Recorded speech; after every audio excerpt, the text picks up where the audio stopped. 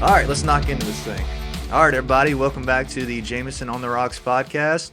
Today we have with us Mr. Conner Ankerich. How you doing, buddy? Doing good. What's up? It's great to see you, my friend. How have you been? I'm pretty good. You ready to talk about the police? Of course.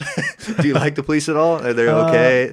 They're decent? Man, they're all right. I mean, not necessarily one of my favorites. Yeah, but I know what you mean. Yeah, decent musicians. You know what I mean? No, they're my favorite. That's why I had to call you in, my friend. This was actually your idea, and it was a great one because I just love talking about bands, and we pretty much talk about this band every time we see each other. Yeah, I remember kind of telling you when you had because I know you had the Eddie podcast, so he passed away. You had a tribute podcast. Absolutely. And I remember saying the way I proposed it was, if one of the police members passes away, God heaven willing, forbid. Please no. I wanted to be on the podcast. Yeah. And so when you texted me about it, I got a little bit scared for a second. Not gonna lie, I kind of looked it up, and I was like, a few weeks ago when you asked me, when you proposed the idea, I was like, oh no.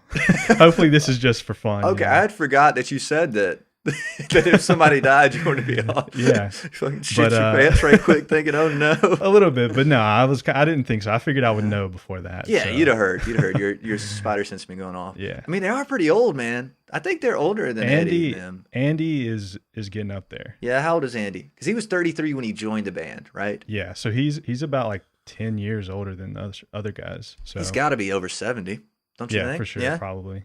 Easily 73 would be my guess. Something like that, yeah. I would say so. I mean, their first record comes out in 78, 79? 78. Okay, I think so. And we're later in the episode tonight, fellas, we're going to rank the songs off that album. I had trouble picking which two to rank. I knew you'd want to do this one right here, but I can't do that one yet because I haven't gone deep enough into it completely yet. Like I'm a late bloomer on that one. Yeah. You know what I mean? Yeah. I was going to say first album and Synchronicity. Dude, I love Synchronicity. I thought you didn't like that one, though. Well, the thing, I kind of wanted to do it as like a sort of first album, last album, like sort of maybe like do the first one and then kind of maybe talk a little bit and then do the last one. I was under the impression that you didn't like Synchronicity completely. Because arguably, I can't give it away, but arguably it's one of my favorites. You know what I'm saying? Yeah. Well, no, it's not fair to say I don't like it necessarily. It's just, once you said Zenyatta, I agreed with that one more because you always say you like that one. So, I think so. Yeah. I was thinking maybe that was sort of your favorite or up there for you. So thinking like one of my favorites, one of your favorites. Yeah, gotcha. Be two good picks. And I mean, the number one, it's a great debut. You know what I mean? It's a fantastic debut. You know what I mean? And it was a late, Synchronicity was the first one I really came on to like through my parents. Like, you know what I mean? That's the easiest one to access, I think. And then you dig deeper and you see all the really good shit. You know what I mean? Yeah. But I think it's funny that Synchronicity is called Synchronicity because it was like the most divided record they made. You know what I mean? It's kind of like an example of like Synchronicity if you kind of know like what all that is. Yeah. It's really weird. Yeah. But like, I mean, as a kid, I'm listening to like Every Breath You Take. I'm like, damn, this band is tight. They must really love each other. You know what I mean? No. Fucking psych. Recorded it in different rooms, etc. You know what I mean? Yeah, that must have been a rough time. You know what I mean? Yeah. I mean, I get it. I thought about it a lot. I think about it a lot for some reason. I understand each person's side. I think Andy's the neutral guy at the kind of, you know what I mean? Like the middleman. Yeah. When you say?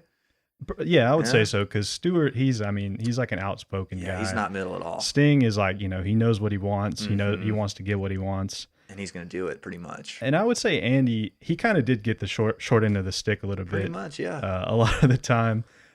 When we talk about Zenyatta and talk about Behind My Camel. Oh, yeah, the Grammy Award-winning instrumental. Yes. The story behind that song. Andy really got kind of the short end of the stick. Tell me the story on it. Is it Sting wouldn't sting on that one? Is that right? Or yeah. What are the details? He was basically like, my understanding was that he just thought it was so bad that he just didn't even want to sing on it. And Stewart kind of was like, didn't really want to play on it. But he was like, sure, I'll give it to Andy. Yeah. And then the kind of the tale is that I've kind of heard is not necessarily true, is that Sting like hated it so bad that he buried the tape of it. I've heard this in the garden. Yeah, okay. I've heard later that Stewart said like there's no way he would have actually buried the tape. Yeah. Like it's way too expensive. I'd read that it was a joke. It probably was a joke. Yeah. It would be. I wish it was true, kind of, because it's just like funny. I could imagine Sting just being so exaggerated, like getting a shovel, digging the hole in France or wherever the fuck they were. Was that the France record? I think they made each one in a different place because I'm pretty sure they made Synchronicity on an island or something, right? Well, Behind My Camel was Zenyatta, so okay, so that'd have been.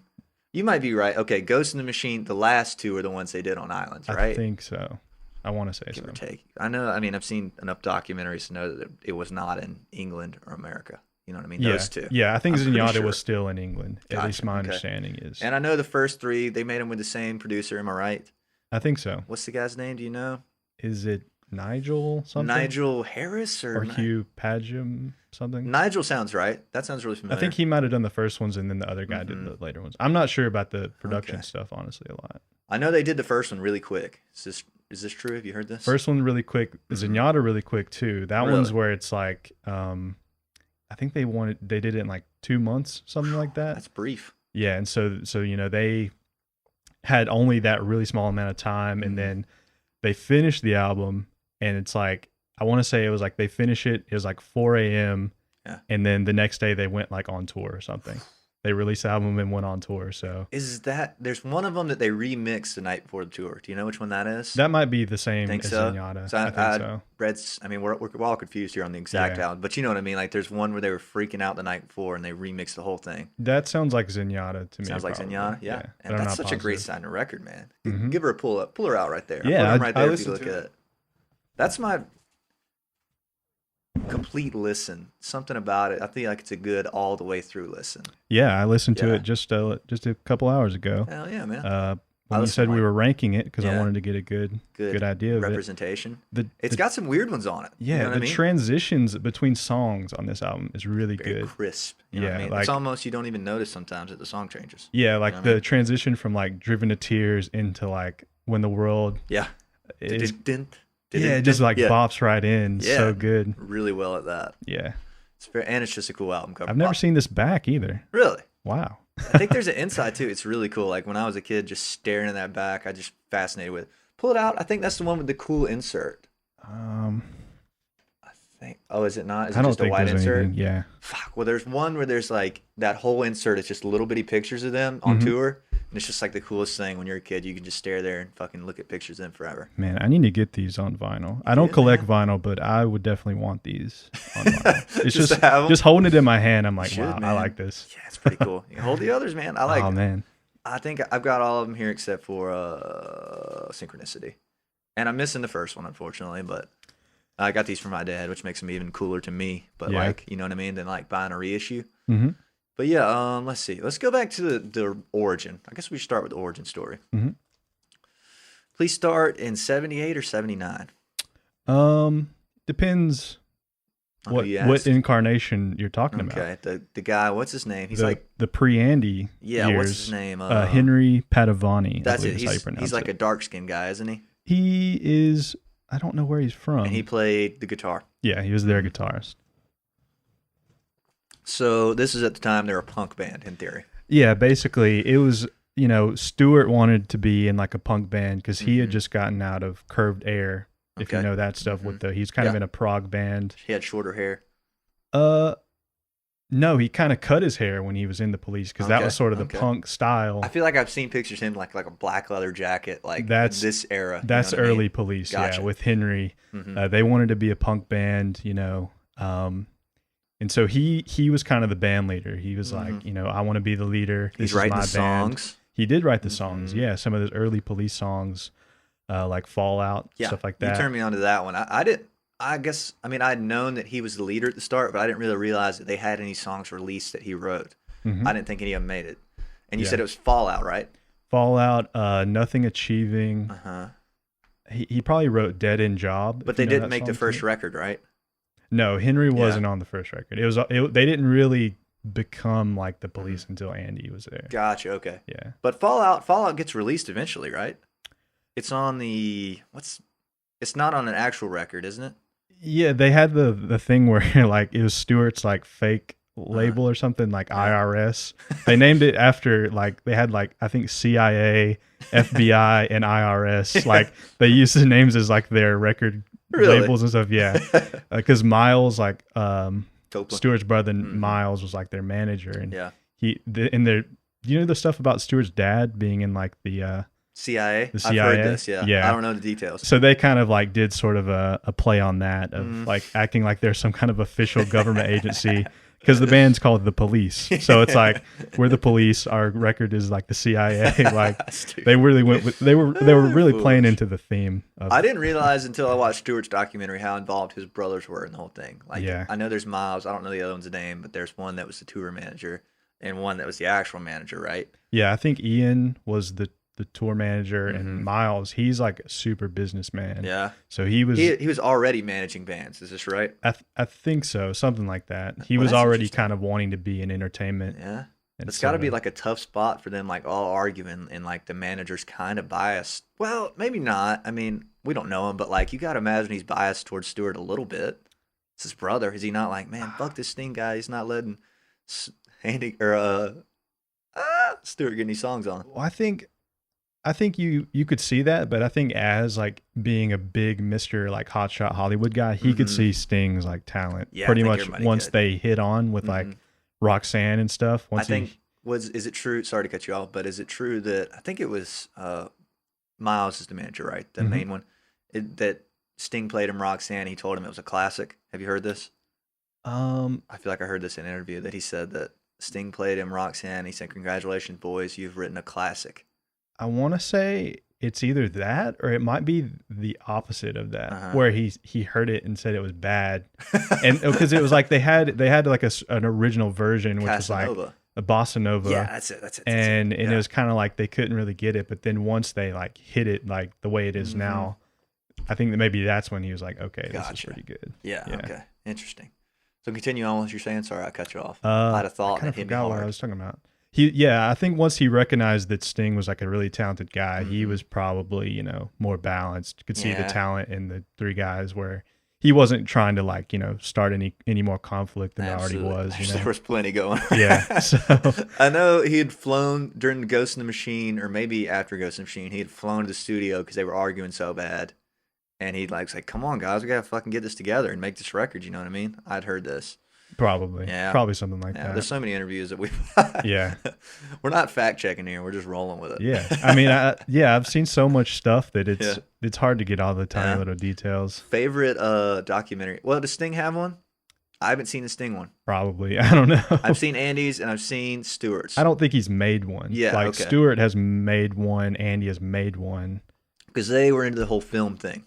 And like pictures. Yeah, Andy still to this day is like kind of a big photographer into all that. And then Stewart, he kind of like he had like his camera that he had. The Super 8 thing. Yeah. So all the footage in that one is pretty cool, like behind the scenes. Thank God he was filming that stuff, dude. You know what I mean? Like that stuff's just gone. A lot of bands like film was expensive back then. You know what I mean? So bands like wouldn't film. Like I read this about Van Halen that like they have very few shows filmed in a 9-year run because film was expensive and you had to hire a film crew. I'm like, fuck, man. I know. It's like, man. Killing me though. Yeah. Shit. I would love to see some of that stuff. You know what I mean? Yeah. Have you seen both of them though? I have seen The Name of Stewart's. Remind me. I think it's Strange Things Happen. Yeah. Or no. Does everything stare? Everybody stares. Does everyone stare? Yeah, you're right. Okay. Strange Things Happens is his book, I think. Okay. And then Andy's is called Can't Stand Losing You, or I think it's called Can't Stand Losing You, right? Okay. I don't know which one I'd pick. I think Stewart's is definitely weirder, but they're both pretty weird, you know what I mean? But they're both really good. Yeah. I'd say Stewart's is better, I think. Stewart's got all that really good film. Yeah. Like there's that one part where they're filming the music video for Do Do Do a Da Da Da and the snowy hill. Yeah. And like you could see like in the video he's got his little camera, and then like in the fucking documentary it's him like filming him. Yeah. I think stuff like that's really cool. Yeah, I agree. I think Stewart's is better. I think for Andy's, you're actually reading the book now. I am. I'm working on it. The documentary is based off of that book. So it's kind of like cut out a lot of the personal story stuff. Yeah. Focus on just the police stuff. And then the kind of narration in the documentary is a lot pulled straight from the book. Gotcha. Yeah. Well, that makes sense. I mean, yeah, that's a good way to do it. It's still great. They're both fantastic. Yeah, I would say if you really want to deep dive on that one, obviously you should watch it, but the book is really good. I think you should read the book if you... I'm on chapter 3 now. Yeah. I'm excited. I'm about to read it after you leave, probably. Nice. But yeah, okay. Another favorite thing about Stewart's is the footage. Like he talked a little bit more about the origin, I think, than Andy did. Like he played some clips from like the CBGB gig and like just coming to America and like all the videos of them in the cars. I just thought it was a little more in detail. You know what I mean? Yeah. Yeah. I think it's because like kind of that's because he was there for before Andy. So he kind of has a little more insight about like the idea behind the concept and everything. Whereas Andy sort of joined a little bit later. So here's how it's supposed to go. Yeah. I kind of wonder, like, I didn't know that Sting wrote the intro riff for Message in a Bottle. Did you know this? I'd wondered how much of the like actual guitar that Andy writes, because surely Sting brings him a song that's pretty much fairly complete. Yeah. And I'm just wondering, does he fucking rip out those gnarly like little stretches that he does, or does Sting have like a really guideline on it? I guess there's no way to know, but like I was just curious if you had any thoughts on that. Yeah, I don't know. Are you like 100% on that Sting wrote that? Do you think he like wrote the chord progression and then kind of Andy did the more of the riffed it? Or I'm pretty sure. I'm about 90% sure that I saw a video where Sting's talking about they were on in the back of a bus. You know, so I'm thinking that Sting wrote that. Yeah, because he plays guitar. You know what I mean? Yeah. Yeah. I don't know. Either way, great riff. Yeah. But so Stewart. I mean, it's tough for Stewart. Like the whole scenario is tough for Stewart here. Mm-hmm. I can't imagine, but like. I can't imagine having your band and losing your band pretty much. You know what I mean? He kind of lost his band in a way. Yeah. Maybe not in the early days, but kind of towards the end. It took a while, but I mean, eventually it was kind of more post 1980, would you say? I'd say post 80. Yeah. Pretty much. Starting at Ghost. After Zenyatta, yeah. Yeah, okay. Gotcha. So, I mean, there's really nothing he can do though, man. You know what I mean? He's not singing. Yeah. Obviously. Well, even on the early ones, like, you know, he only gets like maybe one song an album. So it's like, even in the early days, he kind of knew. Yeah. But I guess, you know, he expected. The thing that they wanted was to be the biggest band. And I guess he knew that Sting could get him there. You know? See some interviews where he's really humble about it, just saying that like Sting was amazing. And like, obviously we couldn't have done it without him and we needed his songs. And I don't think that Andy or Stewart actually technically wrote any hits, did they? In theory? Did they have any singles? I don't think so. I don't think so either. Yeah, I don't think so. Not saying they haven't written some good songs, but like at the end of the day, the hits were coming from Sting. Yeah, so they both have good music. It's just a lot more like you got to be into it. Yeah, gotcha. Like I'm pretty big into like the Stewart stuff. Yeah, he's the like instrumental stuff. He's like my favorite musician, probably ever. I love it. Not just my favorite drummer, but like I like his music, his compositions afterwards, and everything. I haven't really dug into that. I know you're going to go see him yet today. Would it have been today? It would have been today. It's the 12th, right? I think last Friday. Oh, okay. Sorry, I thought for on some the reason 7th, I believe. Yeah. Okay. Well, it got literally moved to next November, which was a huge bummer. Yeah. And it was going to be Stewart playing drums with a symphony, right? With Atlanta Symphony Orchestra. That's dope, man. That'd have been so cool. Playing Police songs.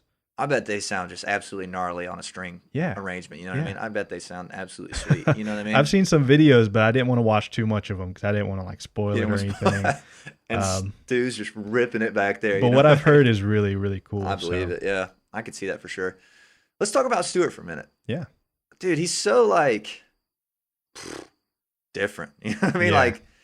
I like to say he's a subtle, like very subtly badass. You know what I mean? Yeah. He never has a drum solo. Never. He's never playing anything that sounds unplayable, like Neil Peart or whatever. He's never playing anything too crazy, but just something about him just hits so different. It's so good. Yeah, it's like he's really the first drummer that actually made me want to play drums. I love that, man. Like not just appreciate drums, like all the legends. Yeah, just connected. Yeah. It's crazy how some musicians are like that. Like just want to just like people be crazy about somebody and you won't get it, and then somebody else will just like it just makes sense. You know what I mean? Maybe that's how Eddie is for you on guitar. 100%. It's like you listen to the album and you're like, I got to play drums right now. You know? It's like, oh my fucking goodness, how is he doing that? I want to do that. Yeah. And then you just worship the ground they walk on, pretty much. Like looking up fucking guitar amp settings, and you know what I mean? I could tell you what guitar used on what records, stupid shit like that. But like, you know how it is.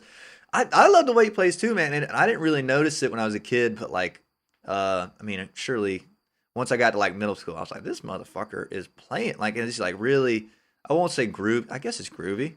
I mean, there's definitely he has a flow, but like his snare sound, dude. Yep, he cranks it way up. Does cranks he? it way up. He's got the iconic I think they're called like octobons or something. Mm-hmm. The little drums that are really high pitched toms. And he's got the little bitty cymbal. Little bitty cymbals. Yeah, obviously, people say he's like reggae influenced. Yeah. Because he like white reggae is what he grew up in like the Middle East, so he's got the the reggae, but also this sort of like Middle Eastern kind of influence.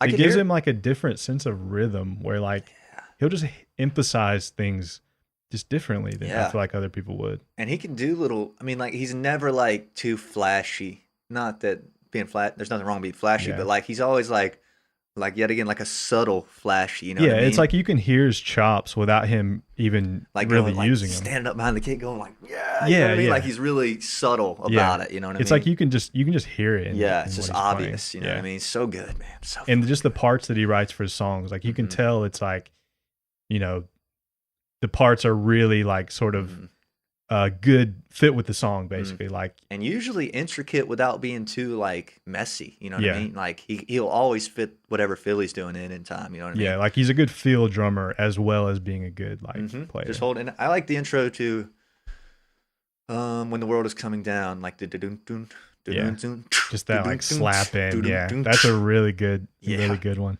Good example. Message in a Bottle. Probably my favorite song.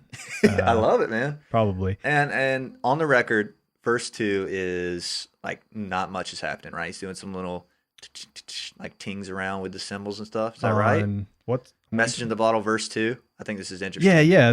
He does like, that's why I love it. It's like this perfect dynamic progression. Like the first verse, he's playing one thing. Second verse, he's playing one thing. Yeah. Third verse, he's playing another thing. And just the way that it hits is like perfect. It's crazy. I guess what I'll call pop drumming. Like he's drumming within the context of like a pop song to give it like the perfect dynamic flow. And I didn't even really realize it, but like not many people, like that doesn't happen much. You don't usually go from like pretty upbeat first verse to like very quiet second verse. That's fucking smart, man. Yeah, and it fits perfectly with like the lyrics. Like, I always forget the lyrics when we're practicing the song.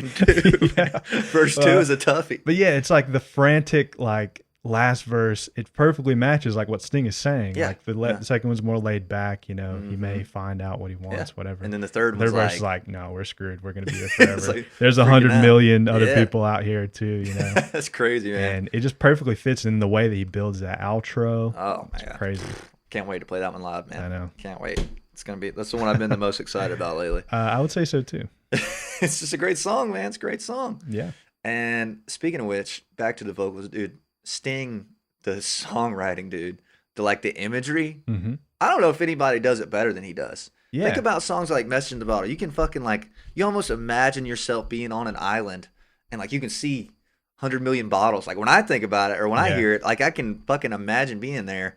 And there's not another song like that, you know what I mean, that makes you feel like you're stranded on an island. Yeah. What one thing weird about fucking pop song, you know what I mean? Yeah, one thing about Sting that I love is like so many songs, the most popular song theme of all time is about like love. Absolutely. So, if you think about the Police songs, I don't think they're just about like random stuff. Yeah. Like it's not about love, it's about like real stuff in his life, like real feelings, Very specific things. Message in a Bottle, Walking on the Moon, like there's not many like lovey songs. Don't Stand So Close to Me, about being a teacher. The thematic stuff that he pulls from is super like deep and good. It's so like imagery. He's so fucking good at that. Like Wrapped Around Your Finger. Do you like the song? Yeah, I love the song. But the first two verses are I'll be wrapped around your finger, and then the last one he switches it, and you'll be wrapped around my finger. Yeah, there's a badass drum part at the end of that song. It's coming into verse 3. I'll play it for you after this. You might not know what I'm talking about, but I think you do. I will when I hear it. Yeah. If I hear it. Stewart kicks in, dude. It's so fucking badass going in the last chorus, and he switches to You'll Be Wrapped Around My Finger. Yeah. That's badass, man. Yeah, man. The drums on Synchronicity are good, man. The way he kicks into that final chorus on King of Pain. Oh my God. The best build ever. King of Pain is such a good song, dude. It's so good. That's another visually pleasing song, you know what I mean? Wait, maybe that's what I'm thinking of. What did I say? You said Wrapped Around Your Finger. Okay.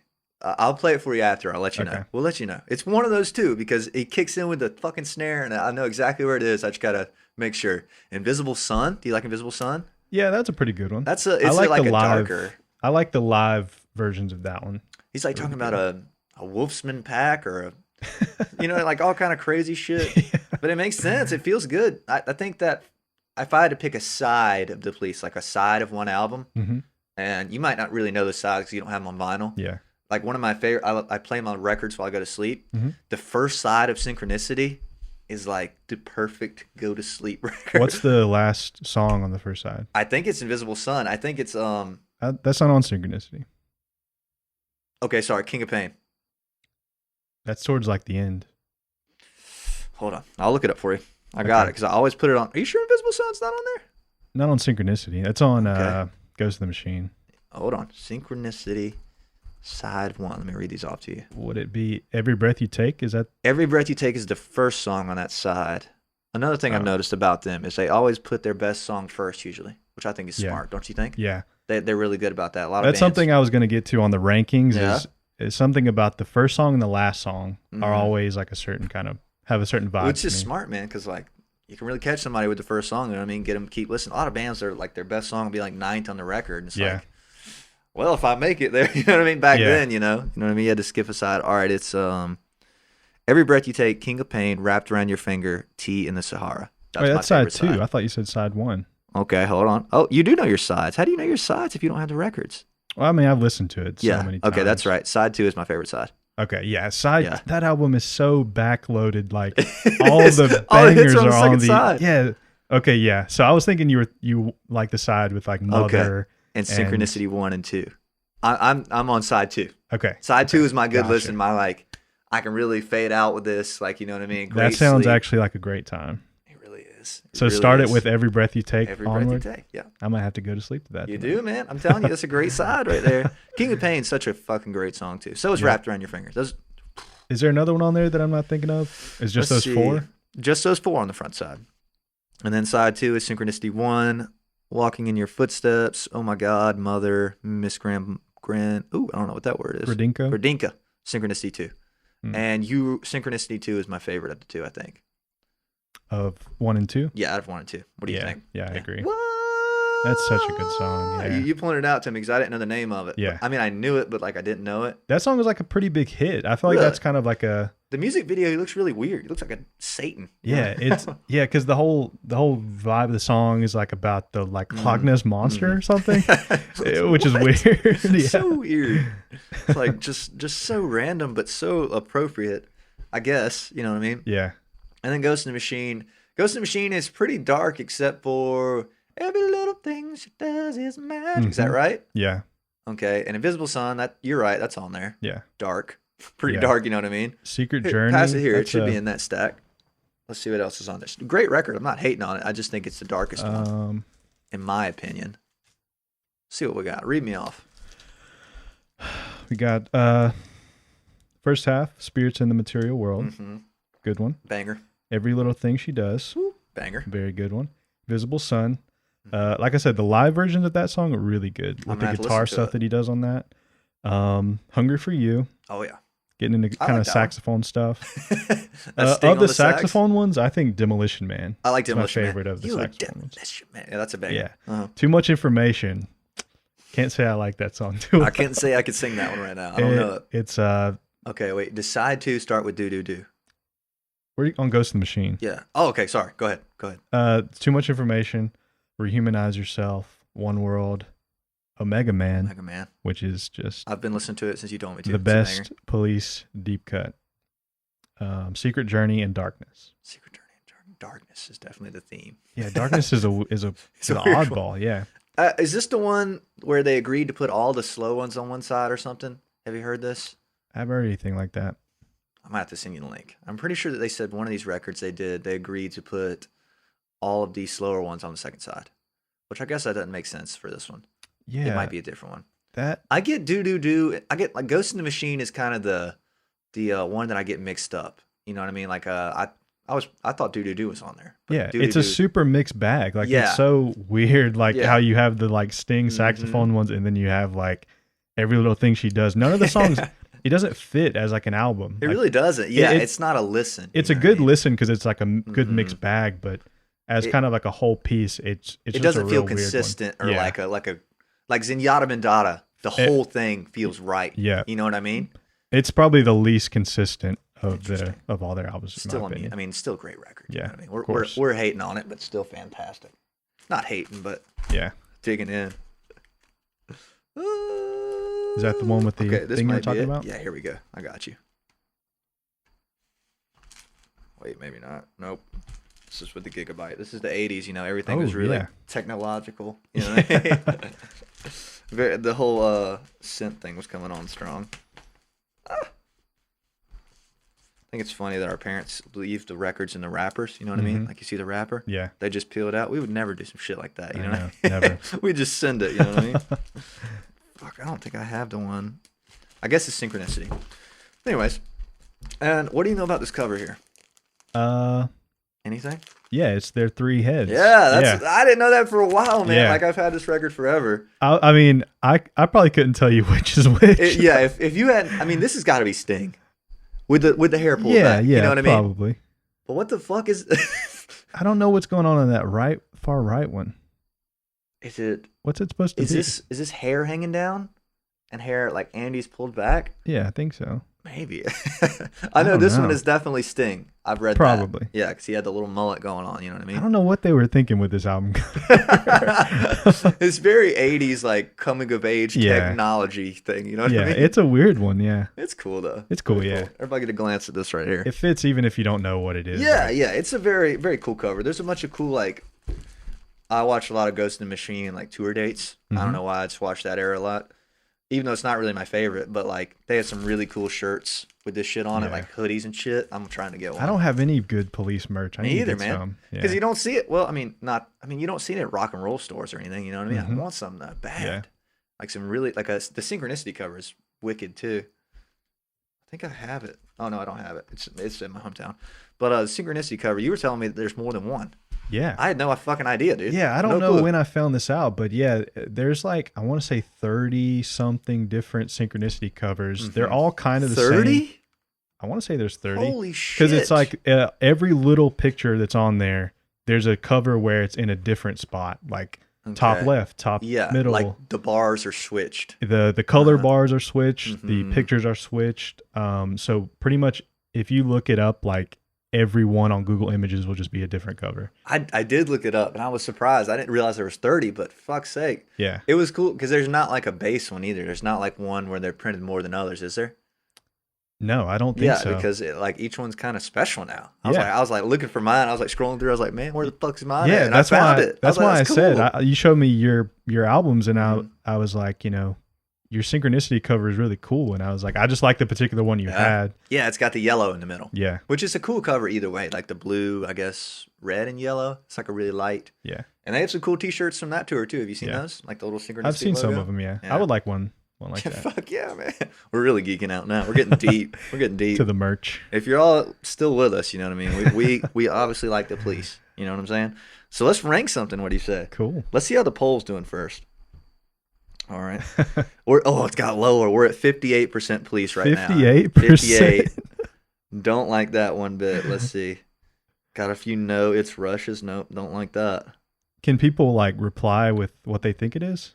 No, the only choice I gave was Rush. Because I figured that would be the only other one I'd hear. Probably. You know what I mean? Like, who's another great trio? John Mayer trio or like Blink-182. You said someone said Nirvana. That's a good pick. That's a solid pick. I just never thought of them as a three-piece. Yeah. Because they got Pat Smear in the band, I think. I think you're thinking about Well, no, yeah, they did. They did, didn't they? Yeah. I feel like it might be towards the end, though, so. Yeah. Pat Smear's in Foo Fighters and Nirvana. Yeah. Okay. I didn't think about that. Yeah. You mentioned that, and I didn't think about who the fourth guitarist was. I think it's Pat Smear, right? Yeah, he plays on the Unplugged and everything. I think kind of classically they think about them as a three-piece, though. As long as the majority of albums are a three-piece, I would take it. And I guess I'm sure he wasn't there for most of the history. Yeah. So, yeah, that's a really good answer. I personally think that Nirvana's catalog's better than Rush. Mm-hmm. That's just me. Rush is one of those bands that doesn't really register for me. Like I they understand have so many talent. more albums. It's hard to gauge. They've had a couple lineups too, haven't they? Rush, no, just the same guys three? whole time. I mean, obviously they're like super fucking talented. You know what I mean? Yeah. It's just like the catalog doesn't resonate with me. You know what I mean? Like I can shuffle the Police or Nirvana. Yeah. I can't shuffle Rush. Yeah, there's a lot of stuff going on. You got to kind of just pick a good album and run with it. You got to listen to like Moving Pictures. That's kind of the one with Tom Sawyer. Yeah. I know that cover. Kind of the biggest one. That's the one I would start with, and then you can kind of get into little weirder ones like Farewell to Kings, I believe it is. Farewell to Kings. It has Xanadu, if you know that song, and Closer to the Heart. Yeah. Yeah, that's the kind of the hit that you I know that one. Yeah. You know what I mean? So just hits only. Yeah, I was big into Rush for a bit. They're a good trio. And they're obviously super talented, all three of them. Yeah, Jimi Hendrix trio. Oh, I didn't think about that. The Experience is a trio. Yep. And the other kind of iconic one that comes to mind is Cream. Cream, yeah. Who's another Clapton, one of my favorites. Ginger, and who's the third guy? Jack Bruce. Jack Bruce. Okay. Okay. So these are all really good answers. Maybe I should have given more choices. Yeah. But is there a way to let people choose on Instagram? I will. I'll do another one where I could do like a quiz, but I guess I have to pick a right answer. Yeah. I'll just make the right answer to Police. I can't believe though. Still, people pick Rush more often now. No. Right now the Police are winning. Oh, it's 56% Police. Yeah. But compared to the Police and Rush, like that seems like I would.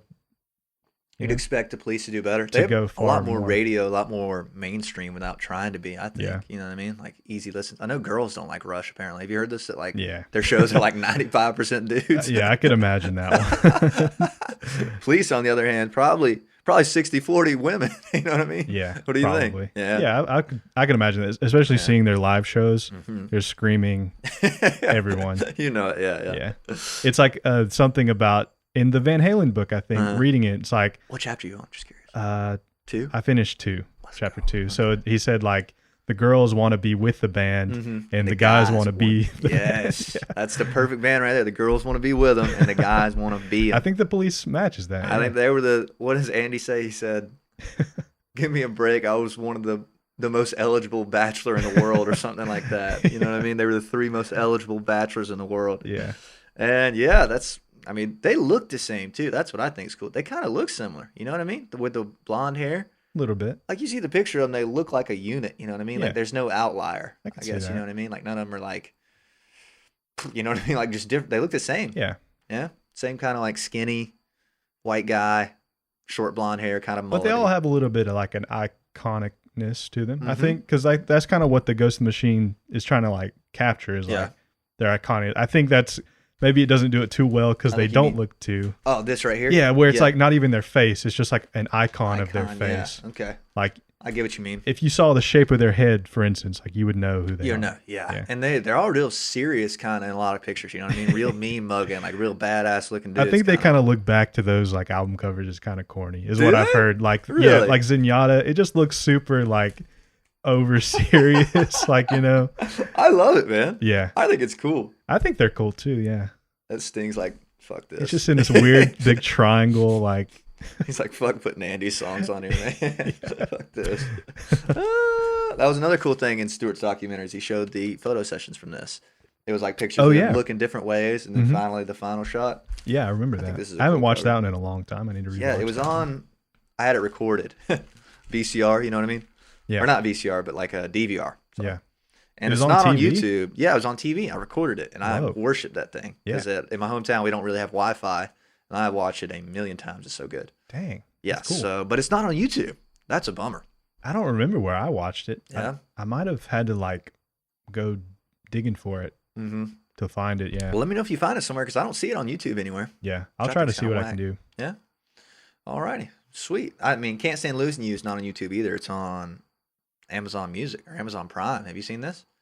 Amazon has their own TV, and Can't Stand Losing You on YouTube, you have to pay $15 fucking to watch it. And I was about to do it. I was like, fuck, man, I haven't seen this forever. I want to see it. I don't remember where I watched that one either, but it's been a while. Back in the free streaming days, you know what I mean? No, I probly just dug around on the internet until I found like a free version or something. Then I went to Amazon Music. It's free on there, the whole thing. It's really good. I probably watched it in like terrible quality, 240p or something. You love it. It's just blurry as hell. All right, so let's get to ranking these. What do you say? Which one should we rank the first album first? Probably so. Do like the album rankings? Let's do let's do a separate album first. Let's do Outlandish to More. Okay. You got the rankings for that one? Yeah, I do. I think my top 3 might be kind of predictable. I think mine won't really be. Yeah. I think mine is going to be pretty predictable. I'm coming in with some hot takes on this one. I'm not gonna lie. All right, yeah. I love to hear it. This is exciting. Maybe not. I don't know. No, we might have the same exact thing. I don't know. I think compared to mine's too obvious. Okay, if you say yours is obvious, I kind of know what you mean. Yeah, you know what I mean. Mine might not be so obvious. All right, let's start with number 10. What do you got, number 10? Born in the 50s. Me too, brother, man. Oh man, that song is just so lame. It just doesn't hit the spot. You know what I mean? No, I'm glad you said that because I was putting it down there. I was like, man, I hope Conner don't love any of these songs I put at like 12. Yeah. I think that might happen on the other one. Maybe I put some of your. Maybe not. I don't know. We'll see. It doesn't matter. What do you got, number 9? Number 9, Masoko Tonga. Okay, we're close on that one. I Have Hole in My Life. Really? You don't like that song? I don't care for that one. It doesn't something about it. It's a little like I don't know what I'd say about it. I don't think I've like it just doesn't like in the first 30 seconds it doesn't resonate with me. Yeah. So I remember turn it usually. I remember when I first kind of started listening to Police, for some reason I put on this first album and I just clicked a random song and it was Hole in My Life. And you love it? No. Well, no. I was going to say it made me like, because I was trying to get in the Police. They were always this band that I was kind of like vaguely not really interested in. Yeah. And so I was like, I'm going to give it a shot. Puts on a random song and it's Hole in My Life. And it was like, not quite. And it wasn't until, like I said, my friend showed me the early stuff, like Nothing Achieving. I was like, okay, I need to listen to this whole album. Yeah. And then it hits Next to You, which is like, yeah, let's go. You know, so that's a whole lot better than Hole in My Life. All right. What do you have at number 8? Hole in My Life. Okay, sweet. So we're really close here because my number 8 is Mesco Tango. How do you say it? Masoko Tonga. I like this song, but like I don't listen to it that much. Yeah, I like it. It's got the gibberish lyrics. Yeah, It's not in I a can't real tell language. a single word he's saying in the first thing. Other than Born in the 50s, though, this one was pretty hard because I like every other song. Yeah. Okay. Like, from here up is like I like Hole in My Life. Yeah. Yeah. Okay. For me, number 7 up are all hits, in my opinion. Yeah. All right. Let's start with number 7. What you got? Hot take. Can't Stand Losing You. What? Yes. No, really? Yes. You don't like Can't Stand Losing You? Well, no, I said I like it. Okay, you like it, but why so low? I don't know. Something about that song just never quite hit. Like it's not as catchy as Roxanne. Mm-hmm. It's not as punky as the other songs. It's a little soft. Yeah, it just doesn't quite hit for me. I don't know what it is. Okay, I'll take that. I'm a little pissed, but I'll take it. Yeah, I was gonna say I told you I was coming in with the big take. No, I do love that song though. I think that's a really good one. I guess we'll see. Can't stand losing, I can't. It's a really good song. Yeah, I was making this earlier. I mean, these are all going to be different. Like we could do this again next month, and our 10 would be in a different order. Probably, I think. yeah. You know what I mean? So this really can't take this with a grain of salt. But what did you say your number was? That 6? That was 7. Okay, my number 7 is "Be My Girl." Really? Sally, yeah. Never been a huge fan. I like it. It's a good listen. It was between. I'll go ahead and say that's my number 6. It's your number 6? Okay, perfect. But yeah, I was debating whether to put that ahead, but I just love that song. Really? Yeah, that riff. It's a good listen. Do you know where that's from? Like the riff? The riff? No.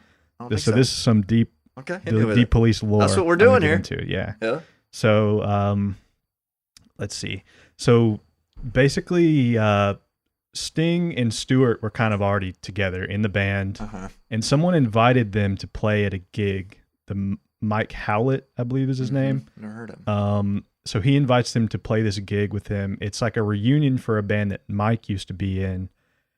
And Mike invites Sting and Stewart, or he had Sting and another drummer, but the other drummer couldn't come. Sting invites Stewart because they're already kind of playing together. Mm-hmm. The guitarist is Andy. Okay, so this is how they meet. I think they might have met before a little bit, or this might have been how they meet. I want to say they met beforehand though. Okay. And so they recorded this like demo tape basically under the name Strontium 90. Have you heard of that? I have not. I don't know anything Look up about Strontium 90 Police Academy. It only has a couple things that are like of interest. One of them is an early demo of Every Little Thing She Does Is Magic. Really? So that song is written way back. I had no idea. I thought that was a fresh write. It's completely different version. I think it's just acoustic guitar. Is it good? What do you think? Do you like it? It's good, yeah. It's a whole different vibe. It's literally just him and guitar singing. It's basically a demo. I love demos. And another thing of interest is a song called 3 O'Clock Shot. Demo? It's a live recording of a song. I don't know who wrote it. I don't know where it came from, but the opening riff of that song is Be My Girl. Okay. So when they were writing this song, they repurposed that song, but it's like, you know how Be My Girl is that just banging riff, it is. And then this poem, and then the riff comes in again. Well, it's the riff as like a whole song, like a fleshed out song. Okay. So they just repurposed it. That's cool. And that live performance is one of my favorite. I mean, I guess I can't technically consider it a Police recording, but it's one of my favorite. I'm gonna have to listen to this. I wrote it down. That sounds solid. I mean, that's a good song. But yeah, that's why I like that one so much. It's an easy listen. Is the 3 O'Clock Shot riff, and I like the poem. Obviously, it's not like a full song, but it's not like a masterpiece lyrically, but like it's pretty good. But the poem is good. Great. Yeah, it's a good listen. It's just so weird too, like how they that they even thought they had like the guts to put that on an album as their first album that they want to be a hit. They just jacked it. They put this random like poem about a blow up doll. So weird. Just at the end of the album for some reason. Yeah. Oh man. So that was number 7. That Be My Girl is my number 6. So what's your 6? I don't even want to. Dude, this one kind of hurt me, but I had to put it at 6. This is a great song. I had to put Peanuts at 6, bro. Peanuts at 6, bro. Peanuts is my 5. Okay. So Peanuts is a good song, though, dude. Yeah, it really is. Stewart one. What? Mm-hmm. I didn't know that. Yeah, I think it's like Sting and Stewart, but I consider it a Stewart. I like the end when he starts yelling Peanuts. Yeah, and it's got that weird little like Peanuts whistly thing. It sounds like a balloon deflating. Yeah, it's like a. I don't know what that is. Like a slide whistle? They call it. Yeah, maybe that is what it's called. I don't know. I've never known what it is that's making that weird sound. But I can always, because it keeps going at the end when the record ends. You know what I mean? Or it sounds like a party horn. Yeah, like a party. Like a prop. You know what I mean? Like something weird. But great song. I hated to put it that low, but these next 5 are bangers. You know what I'm saying? All right. What's your number 5? It's Peanuts. Okay, sweet. Okay. So wait, what was your number 6? Your number 6 was Be My Girl. Be My Girl. Okay. Number 5 was Peanuts. My number 5 is Truth Is Everybody. Nice. And I hated to put it there too because it's a great song. Yeah, that's the one that I always forget. Like I forget about that song. Then I listen to this album and I'm like, this song is great. It really is. This is a really great song. The vocals, like the way they layer on top of each other. It's really well recorded too. It seems like the guitar in the chorus, how he hits those like bright. It's kind of like how he hits in the chorus of Next to You. He just kind of hits these like really bright sounding chords. Yeah. It's really like spacey kind of. Yeah. It's not too fast. Like it's just a good song. Yeah, it's a banger. Sting really does have a great vocal on that track. Mm-hmm. All right, what do you got? Number 4. Roxanne. Ooh, that's pretty low. Pretty low. Come on now. Again, you're just tired of hearing it. Is it like a thing that you've heard it so many times? I don't think so. It's kind of like Can't Stand Losing You. Yeah. It's like it's got a lot of energy, but not as much energy as the next 3, in my opinion. Gotcha. And I think that's what I really love about that early album Police is like punk almost. They just like they say in all the interviews, especially Stewart, he's like, we were trying to take over the world. Yeah. And on this first album, you can hear the ambition in their playing on some of these songs. Love that. I mean, that's pretty bold of a band to come out and say, hey, we're trying to take over the world. That's what I want to do. That's awesome. So that's what I really love about them is like that energy. And Roxanne has it as like a hit song, but great I think track. the next 3, I don't know, they hit me more. I don't know. Okay. I like Roxanne. I mean, I talk about great imagery. You know what I mean? The whole prostitute thing. Like it's just a great song. 4, I'll take 4. I'm not pissed about 4. I think it's a little low. I think it could have gone top 3. Come on, throw me a bone here. Yeah. But I can't judge your 4. I told you they were going to be hot takes. My number 4, and I hated to put this here too because it gets tough. 6 and Up was really tough for me. I put So Lonely. So Lonely. I love that song. It's upbeat. It sounds like it's out of Sting's range, doesn't it? It's so high. Yeah, towards the end is there's not a key change, but yeah, he kind of hits like the harmonies where he's almost like hitting like an octave harmony or something. Like he's going super high, ridiculously high. Like just the standard is high. The harmony is dummy high. You know what I mean? It's hard to sing just along with the radio. Yeah. But like, I love that song. It's really upbeat. I think it's funny that like to me, it sounds like it's out of his range. Like after this record, he doesn't have another song that's too far up. You know what I mean? He kind of learned from it, in my opinion. Yeah. Because he's playing it live every night, and I'm sure it wasn't not easy. You know what I mean? And even in songs like Next to You, he kind of sings a little different. Like he doesn't hit the he doesn't quite hit the high. Yeah. He kind of sings a little bit different. Doing that every night will wear you out. You know what I mean? And even like you look at like the 2008 tour or whatever it was, he brings songs like Next to You and So Lonely. He brings them way down, doesn't he? Is that just me, or is it like they've rearranged it lower? Yeah, because like his voice couldn't do it anymore. I've never thought about that, but yeah, he does sing really high on a lot of these songs. Dude, this first record, I don't think he understood yet. Well, he might have understood it, but like you got to play this shit every night. You know what I mean? And like when you're touring however many nights a year, it'll wear you out. That's my theory. You know what I mean? Yeah. Because like after this record, I don't think you can find me another Police song that sounds like he's straining that hard. Yeah. But he's straining on that one. Yeah. Which is impressively high, man. I never thought about that, but that's next a good time point. you listen and tell me it doesn't sound like he's kind of maxing his range out. I know exactly what you're talking about. On So Lonely, especially towards the end. Yeah. He's going way too high. It sounds like Sue Lonely. Yeah. So lonely. You know what I mean? Yeah. But yeah, that's my thoughts on that. That's my theory. Yeah. That's what I've got. All right. What do you got number 3? We're in the top 3.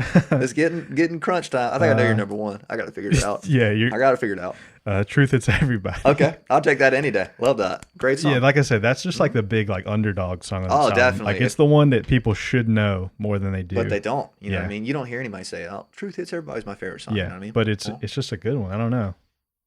I guess it's easy to get hidden behind So Lonely. Roxanne, Can't Stand Losing You. You know what I mean? Like it couldn't be a single, I don't think. It wasn't a single, right? Yeah, there's too much other good stuff to be for that one to be the single. My number 3 is Next to You. Really? Yeah, number 3. It hurt me to put it there, but I had to do it. I think you got to know my top 2 now. Yeah. I guess I don't know which is which though. Okay, it should be obvious. Probably. Yeah. I think I know. I'm going to tell you why after. All right, go on with your number 2. Number 2, So Lonely. So Lonely. Okay. I mean, we're pretty something close. About this song, like the energy of it, the way that it builds, really bouncy. The way that it goes from the slow part to the kind of like double time part. Someone told me yesterday. Something about the energy towards the end of the song, like I almost can't think of a song with that much just like manic energy, raw energy. And then at the end when the double vocal kicks in, like they're singing 2 different parts. You know what I mean? Yep. It is such a just like a you know what I mean? Like it's such a good. Yeah. Good like flow. Like you can tell it's live. The song has a harmonica. Like almost not solo, but have you noticed that? I don't think so. There's like a harmonica. There was a saxophone at some point. No, there's like a harmonica feature in the song. Yeah. It gets like so much energy that you got to add a harmonica to keep it going. That's a pretty good song. Which is it might be there's one where they come in really hard with the shaker. Damn. I don't know. I'm going to have to look into it, but I'll let you know. There's one where, like, in the third verse, it goes full out shakers, all you can hear. All right. Anyways, that was your number 2, right? Yeah. Okay. My number 2, Can't Stand Losing You. Yeah, I fucking love this song. I fucking love it. My favorite part is in the third chorus or second when they, instead of ending it like they do in the first 2, they go into a higher Can't Stand Losing You. Mm-hmm. You know what I mean? I can't. I don't want to sing the whole thing, but, like, you know what I mean? I just love that song. I love playing that song. That's a fun one. And I think I guess theoretically, my top 2 are the 2 biggest hits on this record. I guess. What's your number 1? Number 1, Next to You. Okay, that's what I thought. That's a great one. I'll take that any day. I knew my top 3 had to be Next to You, Can't Stand Losing You, Roxanne, just because those are the 3 for me. And Roxanne's my number 1 because something about I can just think about like when I hear it, like I can visualize where he's at. Back to the imagery thing, like I could just feel like I know like I'm there. Yeah. And like just being a kid, that's the first Police song I've heard. You know, you're just a kid, you hear it on the radio, whatever. Mm-hmm. It's just something about it. It just felt right. Yeah. The guitar is badass. The drums are sweet. Yeah. It's all about what you appreciate about their music. Mm-hmm. And I could tell that was because you appreciate good songwriting. Yeah. I love that. That's a really good song. It's a classic, man. It really is. And like, just like tracing it back to like, you hear this when you're a kid and you have no idea who the fuck it is. You're like, that's a good song. You know what I mean? And the whole red light thing, you don't have to put on a red light. Like, Roxanne, they're all singing together. And he's like calling response in the choruses. Yeah, just love that song. Something about it connects to people who don't even really like rock music. It's true. It's not a rock song. You know what I mean? It doesn't seem like one, does it? Yeah, that's what I'm saying. It kind of just hits a different note. They're almost like there's a lot of songs where they're almost like not even rock. Like what are they? Yeah, I don't think of them as a rock. They kind of fit into the new wave. Yeah. Okay, I'll take that. It's kind of like Talking Heads. You wouldn't call them a rock band. they're not like distortion, you know what I mean? And like in your face, like flashy, but like they're like just talented, man. It's only really rock because it's a guitar, bass, and drums, but other than that, they're doing something different. Yeah, I feel you. Well, sweet. That's a wrap on Outlandish and More. Is that how you say it? Outlandish? Yeah. They have weird album names, by the way. Not. What do you think about mine? Do you think it was too No, weird? I thought that was extremely fair. Next to you, I thought about putting next to you at my number one as like not a hot take, but like that's just a great song with great energy, great vibe. But Can't Stand Losing You was probably the lowest one. I'd say that's my surprising one from you. I figured that'd be high for you. Yeah. Great song. But I'll take it. Yeah. All right, let's do albums. Okay. We're at an hour. We've been here an hour. Really? Hold on, let me make sure. 55 minutes, my bad. If you're still with us at this point, thank you for listening in. Thank you. Thank you for listening to us geek out over our favorite band, of course. It's always fun. We're going to rank one more album and the albums for you, and we're going to be done. All right, let's do albums. This should be fun. I know this one's going to... I know ours aren't the same. There's no way. Yeah. Because I think I know your number one. I think you already told me your number one previously. I think so. All right, what's your number 5? Ghost in the Machine. Okay, I'll take that. My number 5 right here. No. I hate to do it to you, man. No way. I hate to do it. That's a hot take in my book. Okay. And I can see that because I'm looking at this Message in the Bottle, Regatta, Walking on the Moon, Bring on the Night, yeah, that's right. And Does Everybody Stare? I mean, there's bangers on it. What is it? Is it you just haven't listened to it as much as the others? That's my thing with it. It's not the album's not good. It's the one that has resonated with me the least so far. Yeah. My number 4 being Ghost in the Machine. Yeah. So it was these two for me. Now, I see that it's great, but I haven't got all the way through it. You know what I mean? Sometimes albums take a couple times to process. And while I've been listening to this forever, it just hasn't hit me yet. So throw me a bone here. Yeah. I'll get more into it later when I talk about it. Okay, sweet. Yeah. So number 3 then. Or Ghost in the Machine, like I said before, that's getting a little bit into like where Sting is sort of taking too much control. I've got that at 4. They got the saxophone, the infamous saxophone. Kind of synthy stuff too. Isn't there a synth on one of them? Well, yeah, like Spirits of the Material World has the synth. I think Secret Journey kind of has like the synthy stuff. And Every Breath You Take, or Every Little Thing She Does has that whole like piano. Yeah, it's the first one where it's not just them three, kind of. Don't you think? I think so. Yeah. I mean, I'm sure they play the piano or whatever, but like it's just kind of a step out. All right, so what do you have at number? Have I already asked you your 4? No. What's your 4? Synchronicity. Synchronicity. That's a hot take, bro. That's a hot take, and I can see it because, as we know, side 1 is not amazing. I guess. I mean, Synchronicity 2 is the best song on side 1, in my opinion.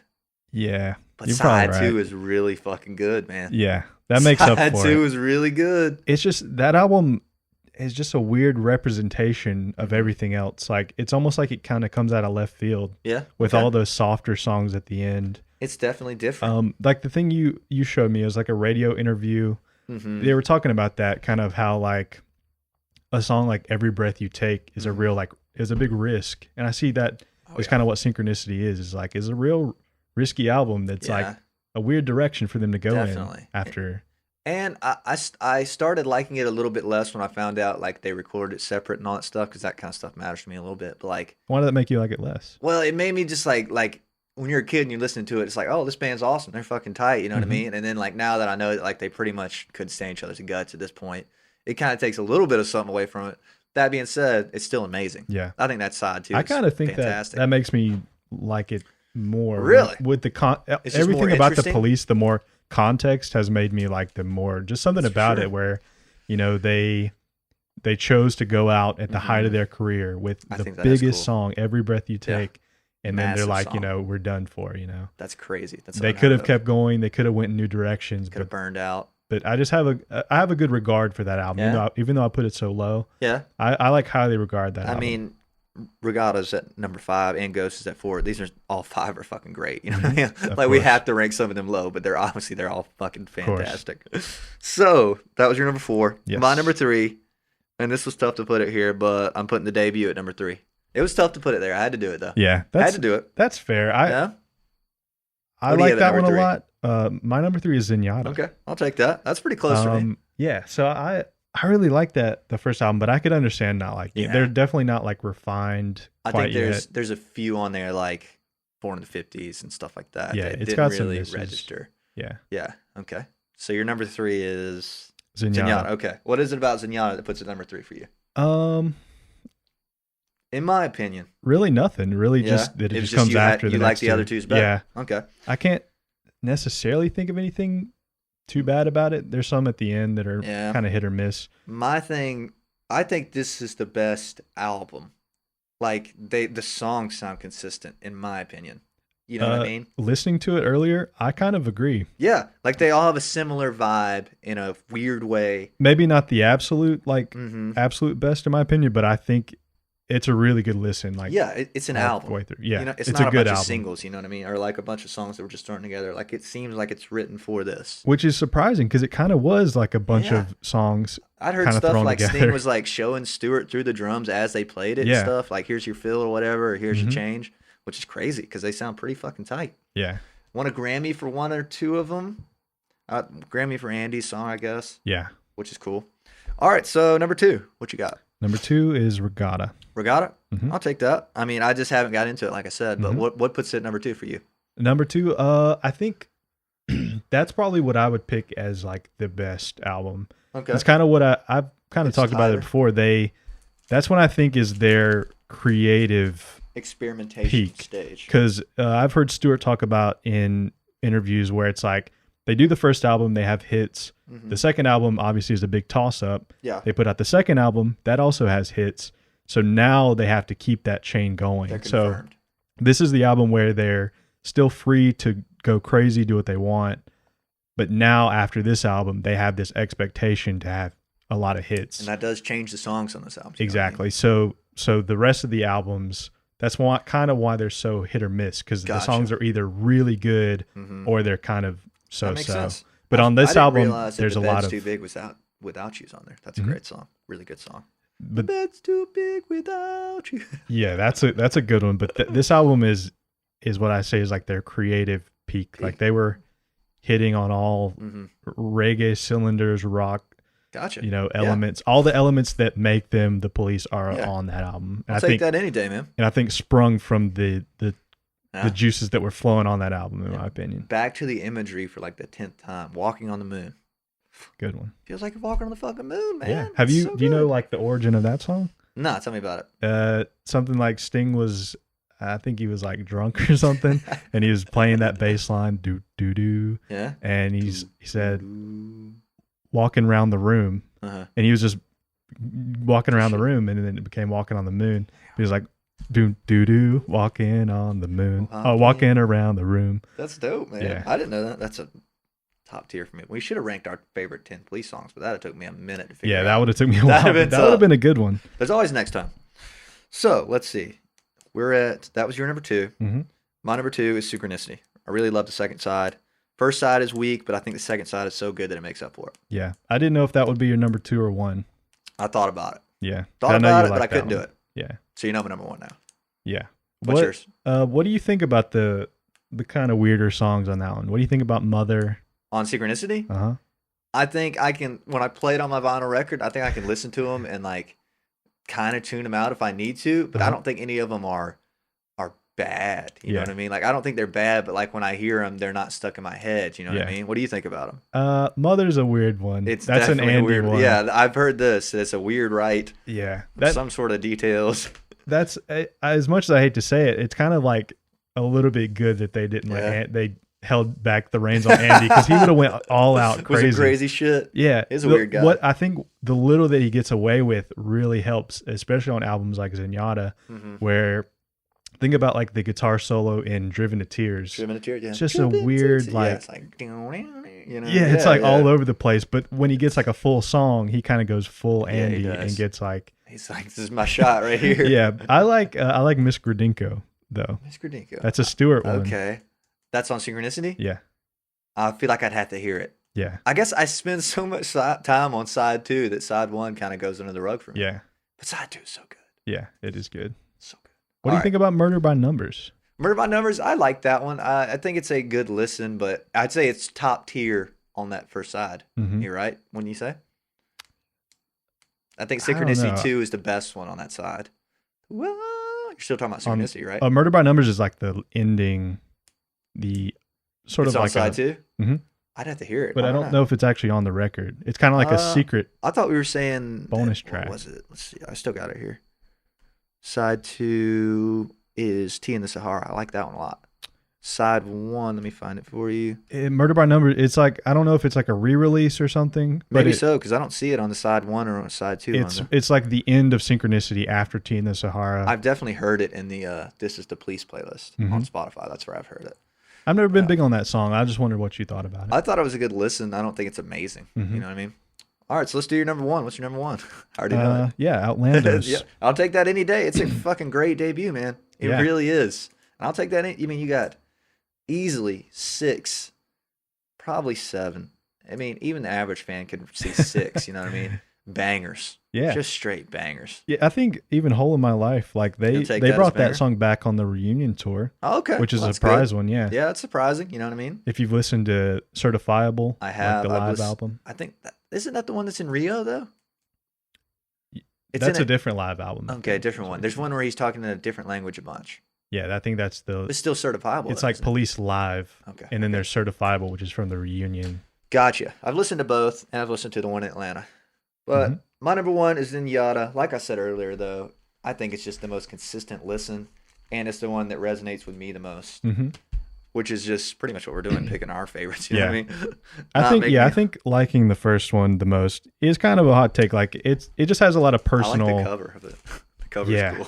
Do you know there's like different versions of that one too? What? Where the police is in different like colors. Oh yeah.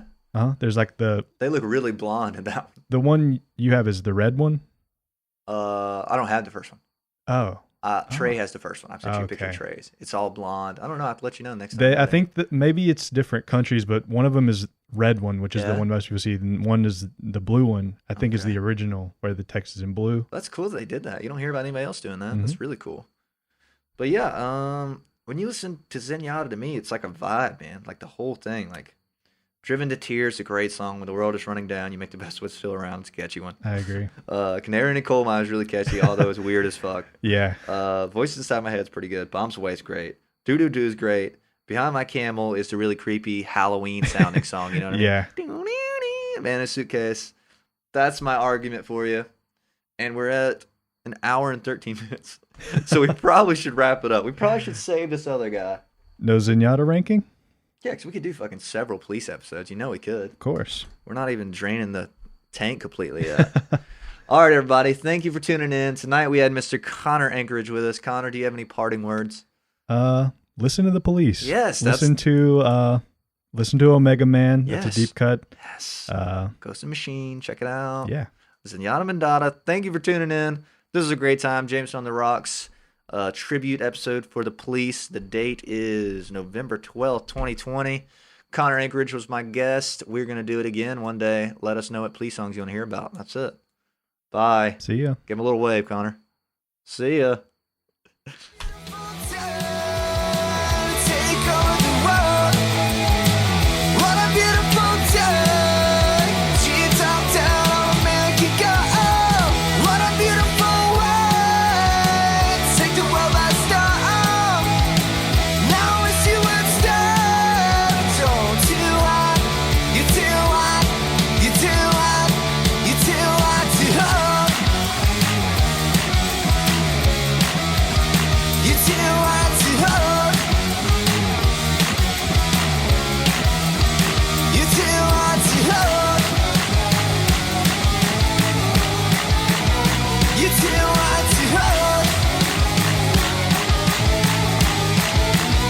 You too hard to hold.